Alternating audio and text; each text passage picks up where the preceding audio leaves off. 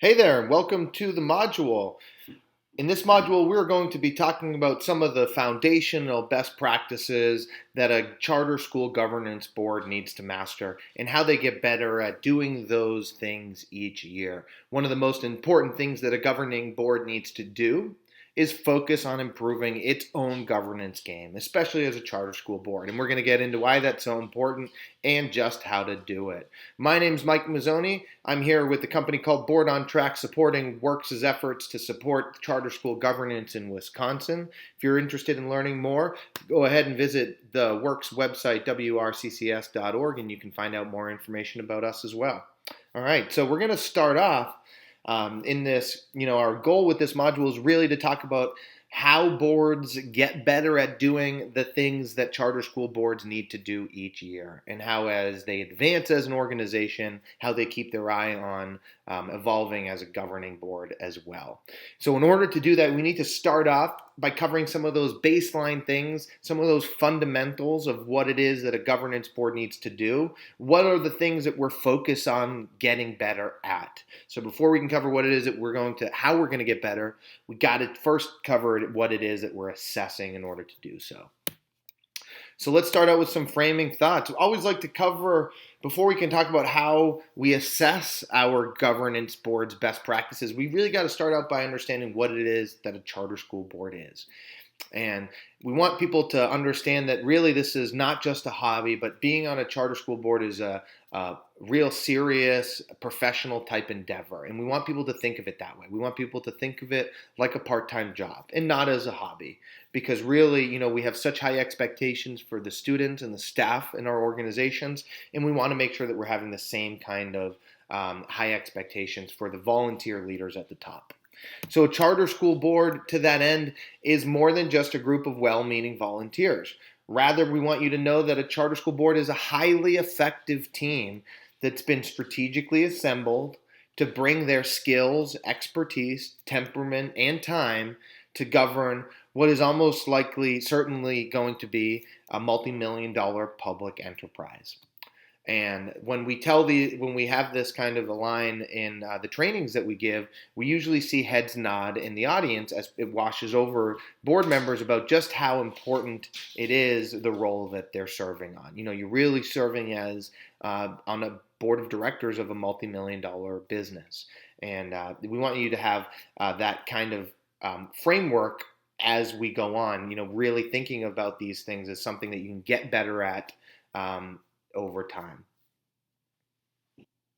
And so because we've got such an important role to play as the governing board, right, on the, providing leadership and strategy and oversight of this multi-million dollar public organization, one of the things, and the reason why we talk about the importance of this topic about assessing the board's governance strengths is because of how important it is for charter school boards to evolve over time and to be constantly focusing on maintaining good governance practices. It's unique to the charter school space that an organization gets started with a brand new board. Most other organizational institutions out there have had well-established boards, colleges and universities, traditional school district boards. They've been around for a long time. Most charter school boards are building the airplane, so to speak, as they fly it. So they're starting off as an organization with a board that is brand new and is establishing itself as the organization is growing. And so it's important that as time goes on, the governance board is not just making focus on the financial well-being of the organization and making sure that they're knocking it out of the park with academics, but making sure that they're not losing sight of how the board needs to evolve to make sure that come 5-10 years from now that you've got the right kind of committees. So what this is that we're looking at right here is the Board on Track Path to Excellence. It's a capability maturity model, which basically outlines the kind of path or plan that I'm talking about right now. It shows here, as an organization is brand new, it's very normal for the board to operate like a basic board. It's ad hoc, it's reactive, because the work by its very nature is reactive. It's difficult to have a 5-year plan if the organization didn't exist yesterday. So by its very nature, The board's going to rely on the couple of board members who really are pulling their weight, the red capes as we call them. Board members are going to be rolling up their sleeves and painting the library walls and knocking on doors to get enrollment. Those kinds of things are very normal. And a lot of the things are going to be dealt with as a committee as a whole, right? You're going to pass the budget together. But as time goes on, the board really needs to methodically try to get to a point where they're doing less of that kind of work and they're spending more of their time, as you can see up here where it's green, being more strategic. If you can follow this path right here, the goal of the boards are trying to shift their governance practices that we're going to talk about next to get to a point where they're spending most of their time looking forward into the future, planning, being strategic, because that's how organizations mitigate their risk. So boards need to try and get themselves out of the higher risk situation where they're acting like a basic board, and you want to get to a point where the board is using data-driven governance practices, that they've got sustainable processes, that they're doing succession planning, so it's no longer about the individual people, but more about the full board and the structures that are in place. And so if boards are going to evolve over time and maintain the kind of governance that their organizations require, then we got to have the ability of assessing where they are. So this is the kind of cycle of development that boards go through in order to climb this evolution, this path to excellence. It's a pretty simple cycle. Basically, what you do is you assess the board, you align as a board, you accelerate your board's work, you recalibrate as necessary, and then you start back with assessing the board's work.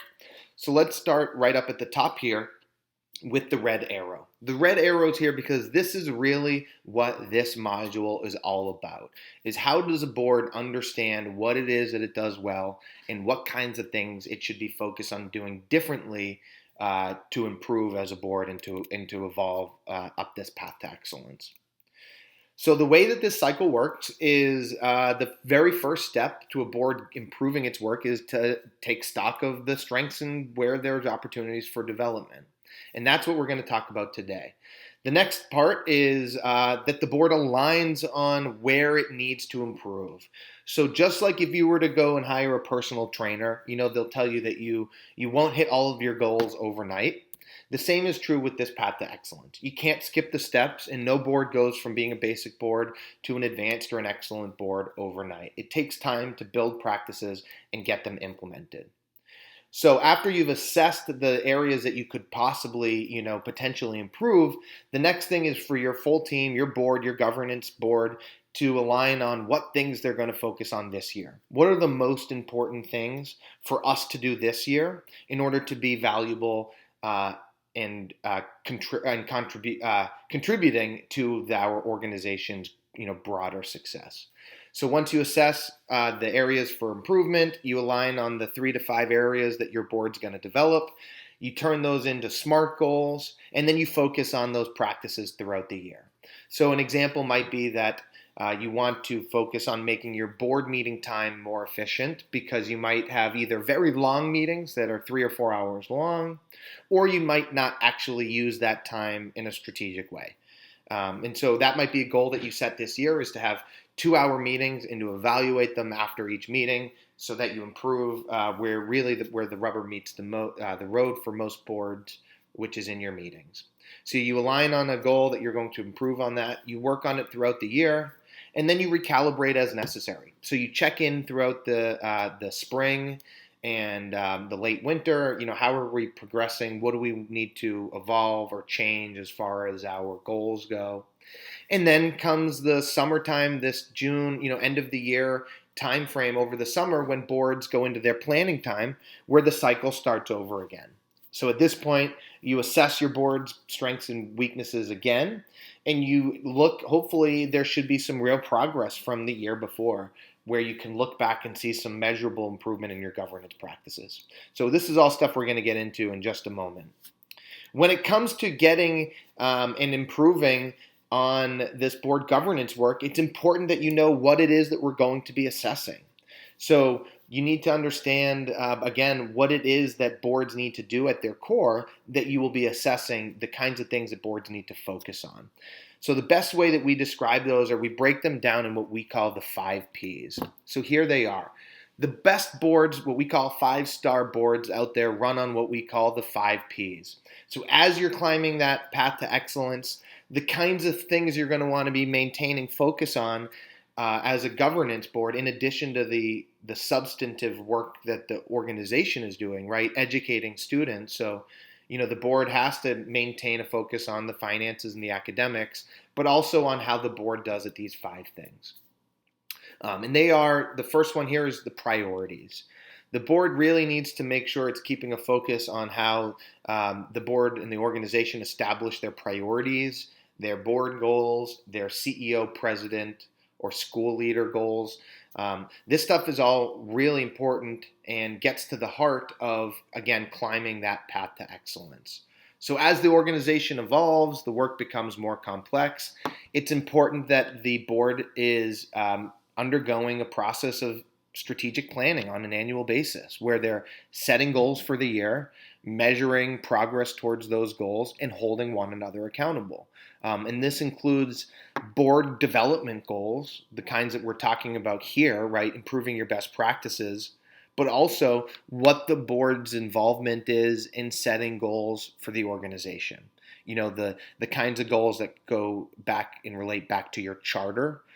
Things like, how you move the needle on your academic metrics, right? Those are the kinds of things you're going to evaluate your school leader, your lead teacher on. Here it's called the president. The next thing is the people part, right? The board has a critical role in the people in maintaining and building a pipeline and sustaining a human capital pipeline for really 2 different focuses, 2 sides of the coin. On one side, they have a role in playing and maintaining a human capital pipeline of board members, right? The governing board is responsible for establishing a really strategic and effective governing board. And so as the board evolves and as the board climbs this path to excellence and the organization becomes a little bit larger and it's got its feet underneath them, the board members might decide that they want to expand the size of the board. And so making sure that you've got board members that you're recruiting who fit a need and complement the work that you're doing. So that's one side of this people puzzle. And then on the other side is maintaining a succession plan for the school leadership as well, and making sure that there's an emergency and a long-term succession plan in place for the school leadership on the ground. Those are the kinds of things that become more complex and become more urgent and important as the organization starts to grow. The next one down here, the third one, is the process. This is all about how the board does its work. And that example I gave at the beginning is a prime example of how the way that the board does its work needs to evolve. So I was talking about how a board might decide that it needs to improve its board meeting processes.